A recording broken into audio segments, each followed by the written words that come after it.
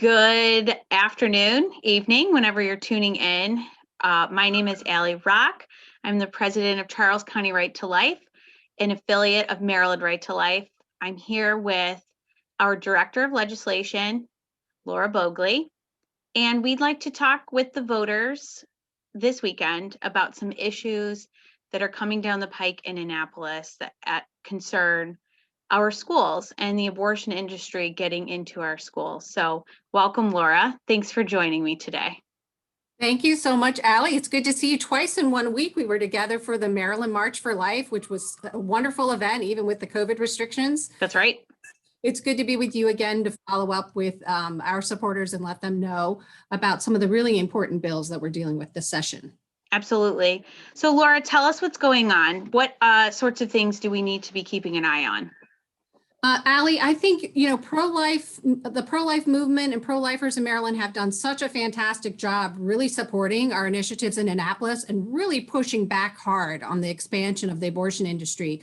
So this year, rather than seeing really obvious pushes for abortion expansion like the abortion amendment that we saw last year, the state constitutional amendment proposal we saw last year, we're seeing a lot of smaller incremental bills, many of them having very confusing titles. It sounds like they're doing something, good for people, and even, the euphemisms that they use, they're doing something good, productive, something that's helpful even for pregnant women and pregnant girls. But that's not the case. And we have to dig a little bit deeper and find out what's really going on in these bills. So what we've seen is there's a particular focus this year on expanding abortion curriculum and services in our schools. So we're talking primarily high school age students that will be affected by these policies. That sounds good. All right, Laura, so what's the first one we need to be keeping an eye on? The main bill that's of a concern to us is a bill called Public Schools Pregnant and Parenting Students Policies and Reports. The bill number is House Bill 401. In the Senate, the bill is Senate Bill 438. Right. So let's take a look at that bill, House Bill 401, which is cross-filed with Senate Bill 438. Is that correct? 438, that's correct. Okay. So what we have here is Public Schools, Pregnant and Parenting Students, Policies and Reports. And this adds to the Section 4-138 in the annotated code. And what it would do is create and develop a model policy to support the educational and parenting goals and improve the educational outcomes of pregnant and parenting students. Now, this is normally something that we would want to support, especially the pro-life movement absolutely wants to support any women at any age who have chosen life. So what here is it? We see the lactation space that cannot, with a sink and refrigerator, that can't be a bathroom or a closet.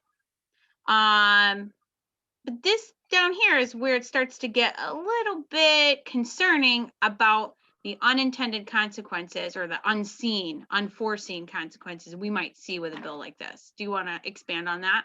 Right. So you're right. This is building off of the existing statute, which has been expanded in the last couple of sessions.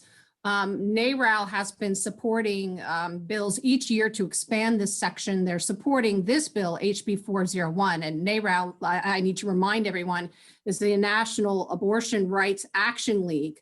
They don't want you to call them that anymore. They've tried to just rebrand themselves as just NARAL, but they are the National Abortion Rights Action League. They have been supporting this legislation as it builds up year over year, session over session. So it looks like it would be doing some good things, certainly in addressing the needs of parenting students, talking about helping them find childcare and early childhood services, right? Transportation to and from school, and private space for lactation, so for breastfeeding for students that want to pump if they have their child at home. It's not clear about what this does for pregnant students. And so what we need parents in the state of Maryland to understand is that federal law already protects, so under the Code of Federal Regulations, Title IX, already protects pregnant students from discrimination. So for example, you can't discriminate against a pregnant student in your policies. You can't deny them excused absences for doctor's appointments. And it even suggests that you must provide accessibility. So you have to, Okay. larger desks that they can sit in. Right. Already the federal law requests that you provide lactation spaces. So what we need to ask as parents is, what is this bill doing? What kind of right or protection is this bill providing to a pregnant student? So we're talking about a minor, someone under the age of 18 that's attending Maryland public schools. What does this bill do to protect that student's rights or offer them useful information? That's what we don't know about this bill. But what we do know about this bill, Allie, if you can scroll up to the top, the bill is authorization for the state and the Maryland State Department of Education to establish policy and programs. It also, if you scroll down to the second page, you'll see the line under 4-138B, paragraph B. The department shall develop a model policy to support the educational and parenting goals and improve the educational outcomes of pregnant and parenting students. Well, that sounds wonderful, but it's a very, very broadly written statement. And what it is, it's an authorizing clause that's authorizing the Maryland State Department of Education to develop model policy. And then if you go down halfway through the page, you see under subparagraph 2 here, require schools. There you go. Right here. Schools. Okay, that's the first requirement. And then if you go down to paragraph D at the bottom of the page, Allie. Yeah, right here. Each county board shall establish a policy to support the educational and parenting goals and improve the educational outcomes of pregnant and parenting students based on the model policy established by the Maryland State Department of Education. So what this is, it's an authorizing bill to broadly allow the state to develop broad policy for pregnant students. And it's a mandate to local school systems, our county schools, to adopt and implement those policies. So let me break in here. Sure. We love to create policies. This seems to be what the General Assembly in Maryland loves to do. They love to pass bills, create whatever. What this does is put the burden down at the local school level, which we already know in the age of COVID is being very much pressed right now for resources.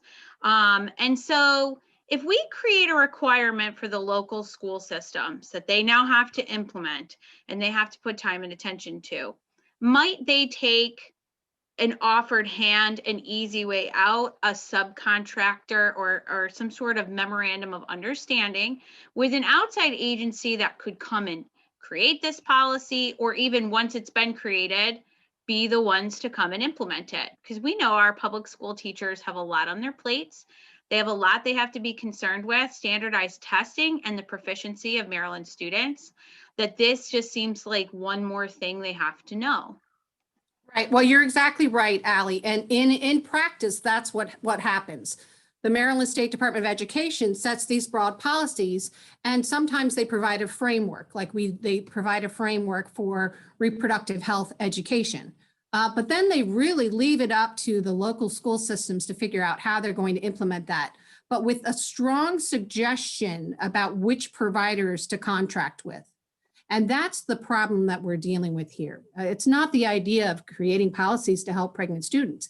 It's about who has an opportunity to participate in developing those policies and then implementing them at the school-based level, including school-based health centers. So we do have already, from experience, some knowledge about who is participating in the formulation of that. And abortion advocates in Maryland, including the National Abortion Rights Action League, have a very strong influence in the development of that policy. And we know when NARAL is involved in policy development and implementation, we see an expansion of abortion, not a decrease in abortion. Right. So Their end goal, of course, is to increase the numbers of abortions that they can sell. And another one of the bills that we'll talk about later, talks about the different ways they're trying to expand that into school-based health centers, Allie. And just to redress the policy, people have to understand, and parents should understand, again, NARAL is driving the policy at the state level. There's no pro-life voice represented in this policy development.